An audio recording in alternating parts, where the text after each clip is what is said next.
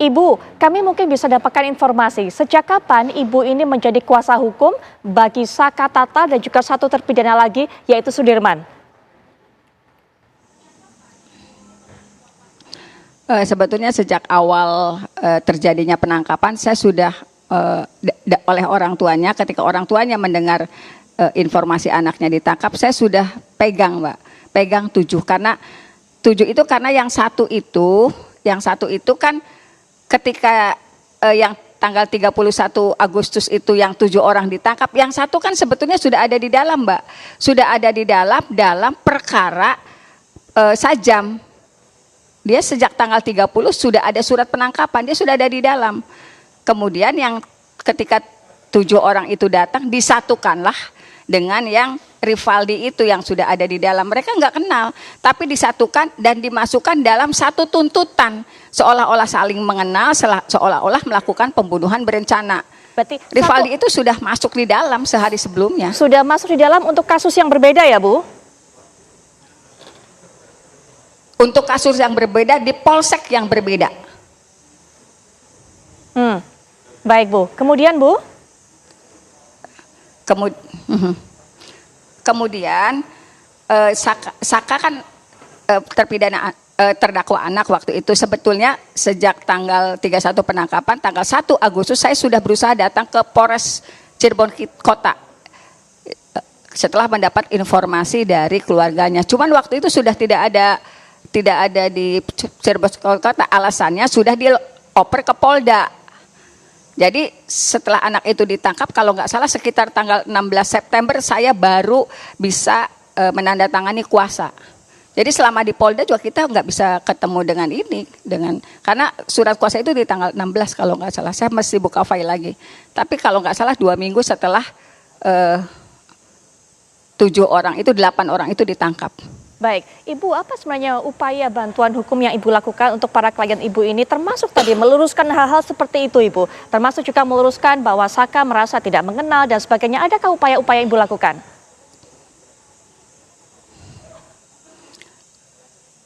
Sejak 2016-2017 saya sudah melakukan berbagai upaya, Mbak.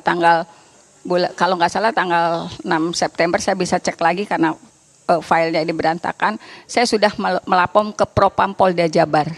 Saya sudah melakukan itu. Kemudian juga sidang anak juga kami merasa tidak nyaman. Saya sudah ke Komisi Yudisial. Kemudian saya juga sudah melakukan pelaporan ke Komnas HAM. Cuman tanggal-tanggal pastinya saya ini tanda terimanya ada. Cuman saya berkasnya harus saya bongkar kembali. Kemudian di media sebetulnya yang tersangka waktu itu masih tersangka babak belur itu tahun 2016 dan 2017 itu sudah beredar, Mbak. Dan saya juga sudah teriak-teriak ke media. Tapi saya juga mendapatkan informasi bahwa waktu itu beberapa media memang sudah itu kan kasusnya yang dihembuskan geng motor, Mbak. Geng motor. Jadi sengaja dibikin orang-orang yang tertangkap itu yang sekarang waktu itu masih tersangka kemudian jadi terwakil itu orang-orang yang sadis. Fakta dalam persidangan seperti keterangan Liga Akbar atau saya lupa ini harus ini. Pokoknya fakta dalam persidangan ada anak namanya Liga Akbar.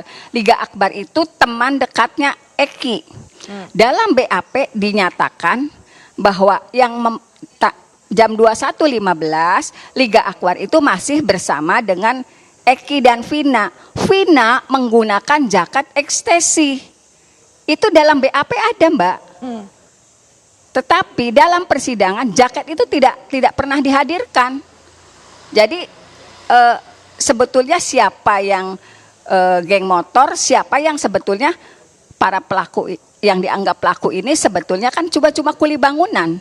Kuli bangunan pada saat penangkapan itu mereka baru selesai bekerja karena waktunya masih pukul 5.17 mereka ngumpullah di depan SMP 11 karena memang tempat tongkrongannya di situ. Mereka baru pada pulang kerja. Jadi yang tahun 2016-2017 itu yang dihembuskan kekejaman para pelaku sebagai geng motor. Fakta di persidangan yang mempergunakan jaket ekstasi itu adalah Vina. Kenapa saya ngomong kayak gitu? Karena BAP-nya seperti itu. Baik. BAP-nya bunyi seperti Ya. itu. Ibu, ya, adakah upaya banding Bu pada saat itu?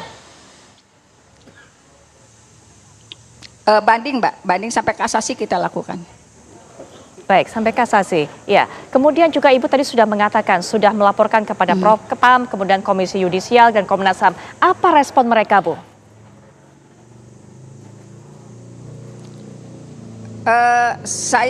Memori saya agak ini Mbak.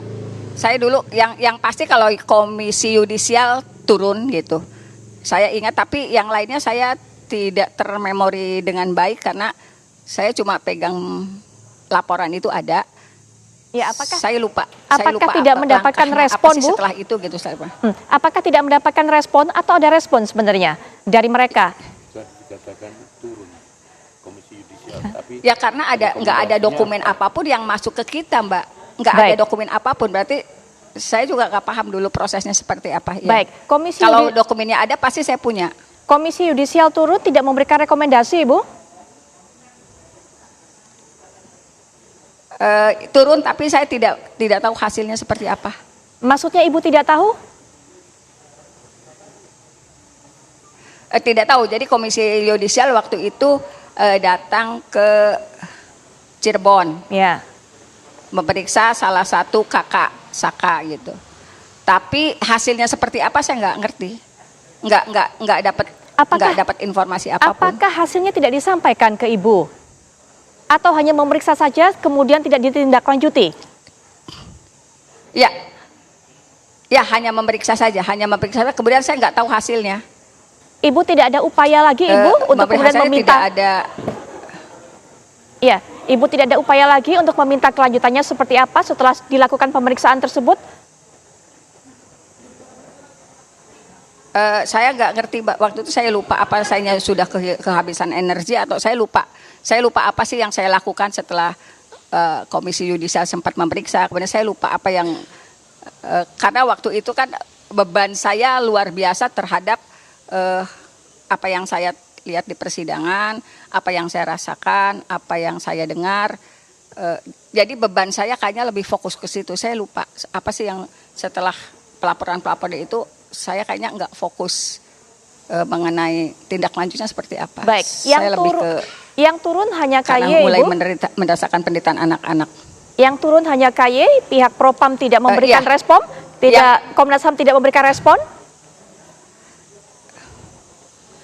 Yang saya hadapi waktu itu kalau nggak salah hanya KY. Saya masih ingat waktu itu saya dipanggil ke sebuah hotel di Cirebon, dimintai keterangan. Yang saya ingat hanya KY yang ada upaya datang ke Cirebon, kemudian saya dipanggil sama kakaknya Saka ke sebuah hotel di itu. Karena wawancaranya di hotel kalau nggak salah. Yang termemori banget sama saya itu. Kalau yang lainnya saya ngeblank, kayaknya memang nggak ada komunikasi tindak lanjutnya. Baik, termasuk Ibu sudah tidak mengingat lagi siapa nama orang yang kemudian menanyakan Ibu pada saat itu yang turun dari KY. Ibu sudah tidak ingat? Nggak Baik, ingat Mbak. baik Ibu, nanti kita akan lanjutkan Nggak ingat kembali. segala